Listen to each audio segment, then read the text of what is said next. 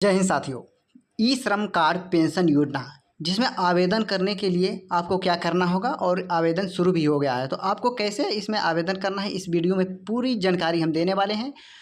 तो बने रहिए हमारे वीडियो में, और आप हमारे चैनल पर नए हैं तो चैनल को सब्सक्राइब जरूर कर लें। इसमें लाभ क्या क्या मिलने वाला है इस पर भी हम बात करने वाले हैं।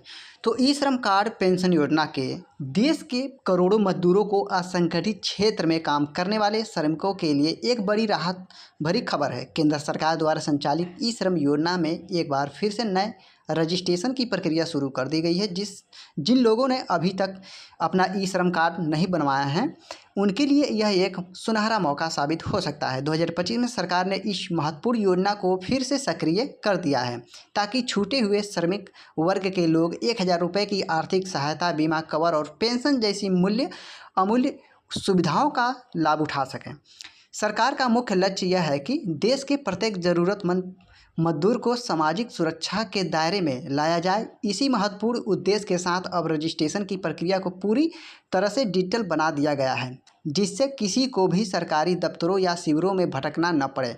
अब कोई भी पात्र व्यक्ति घर बैठे ऑनलाइन माध्यम से आसानी से रजिस्ट्रेशन कर सकता है और अपना ई श्रम कार्ड बनवा सकता है। यह व्यवस्था डिजिटल इंडिया की दिशा में एक महत्वपूर्ण कदम है।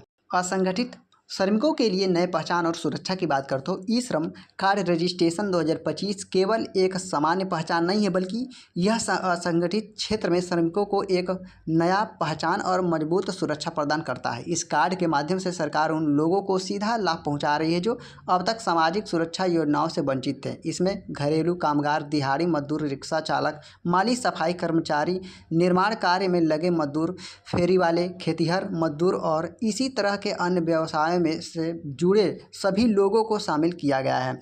यह जो कि व्यापक कवरेज जो कि सुनिश्चित करता है कि कोई भी मेहनत कश व्यक्ति इस योजना के दायरे से बाहर न रहे।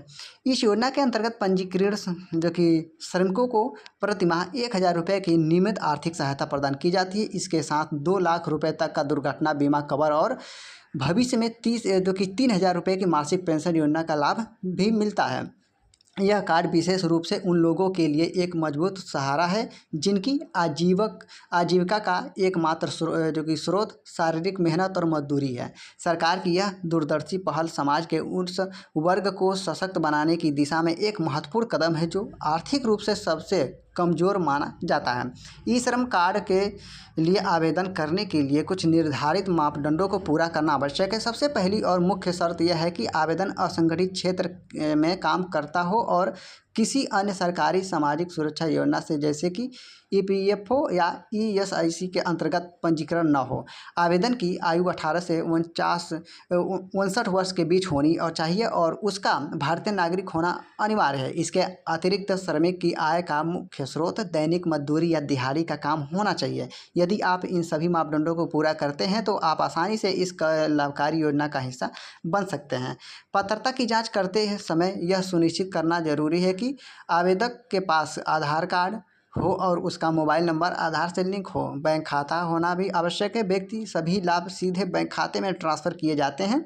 यह व्यवस्था पारदर्शी सुनिश्चित करती है और भ्रष्टाचार की संभावना को कम करती है। सरकार ने इस शर्तों को इस तरह से निर्धारित किया है कि वास्तव में ज़रूरतमंद लोगों को ही इसका लाभ मिले। ई श्रम कार्ड की महानता और आवश्यकता की बात करें तो ई श्रम कार्ड केवल एक सरकारी योजना का हिस्सा नहीं है, बल्कि यह एक ऐसी पहल है जो श्रमिकों को व्यापक सामाजिक सुरक्षा प्रदान करती है। यह कार्ड एक यूनिट पहचान की तरह काम करता है जिससे सरकार हर श्रमिक की सटीक पहचान कर पाती है और आवश्यकता के समय उसे तुरंत लाभ पहुंचा सकती है। महामारी या प्राकृतिक आपदा जैसी आपातकालीन स्थितियों में भी सरकार ने ई श्रम कार्ड धारकों को आर्थिक सहायता उपलब्ध कराई है, जो कि कोविड-19 के दौरान इस कार्ड के माध्यम से लाखों श्रमिकों को त्वरित सहायता मिली थी। इसीलिए यह अब केवल एक कार्ड नहीं बल्कि असंगठित क्षेत्र में जो कि श्रमिक को भी एक सुरक्षित भविष्य की गारंटी भी बन गई है।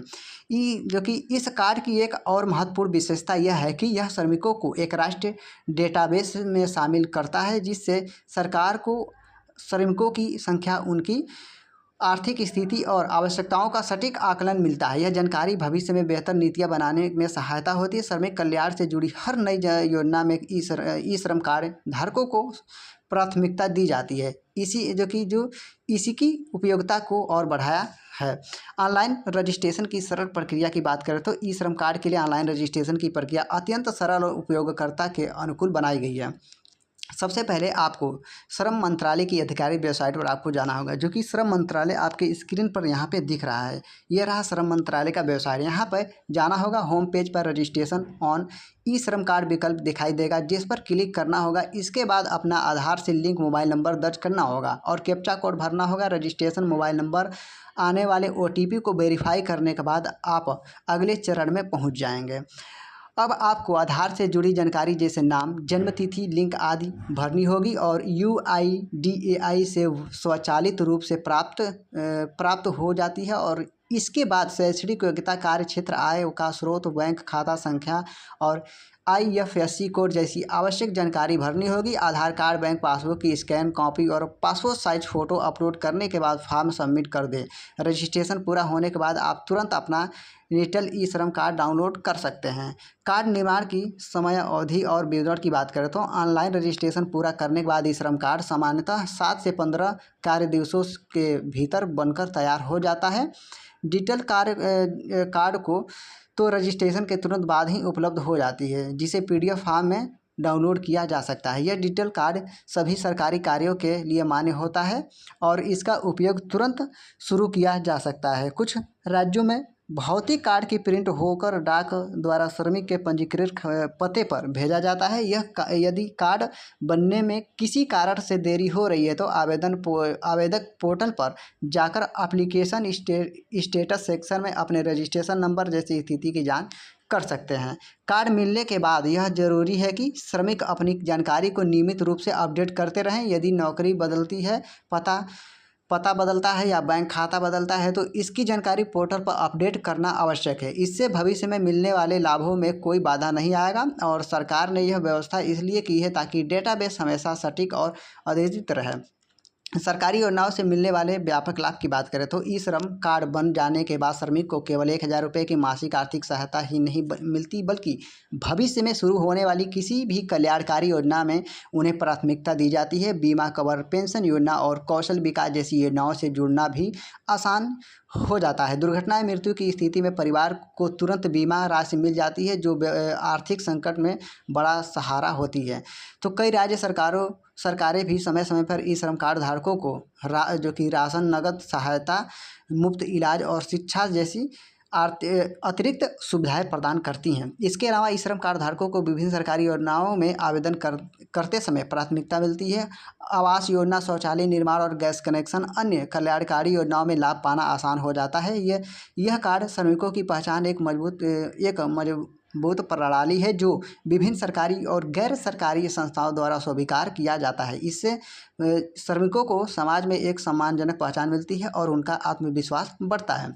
ई श्रम कार्ड रजिस्ट्रेशन 2025 एक ऐसा सुनहरा अवसर है जिसका फायदा असंगठित क्षेत्र के हर श्रमिक को जरूर उठाना चाहिए। सरकार ने इस प्रक्रिया को आसान, पूर्णतः डिजिटल और निःशुल्क बनाया है ताकि कोई भी व्यक्ति सामाजिक सुरक्षा के दायरे में वंचित न रहे। 1000 रुपये की नियमित सहायता से लेकर के व्यापक बीमा कवर और पेंशन तक इस योजना के अंतर्गत जो कि फ़ायदा हर ज़रूरतमंद के लिए उपयोगी हो।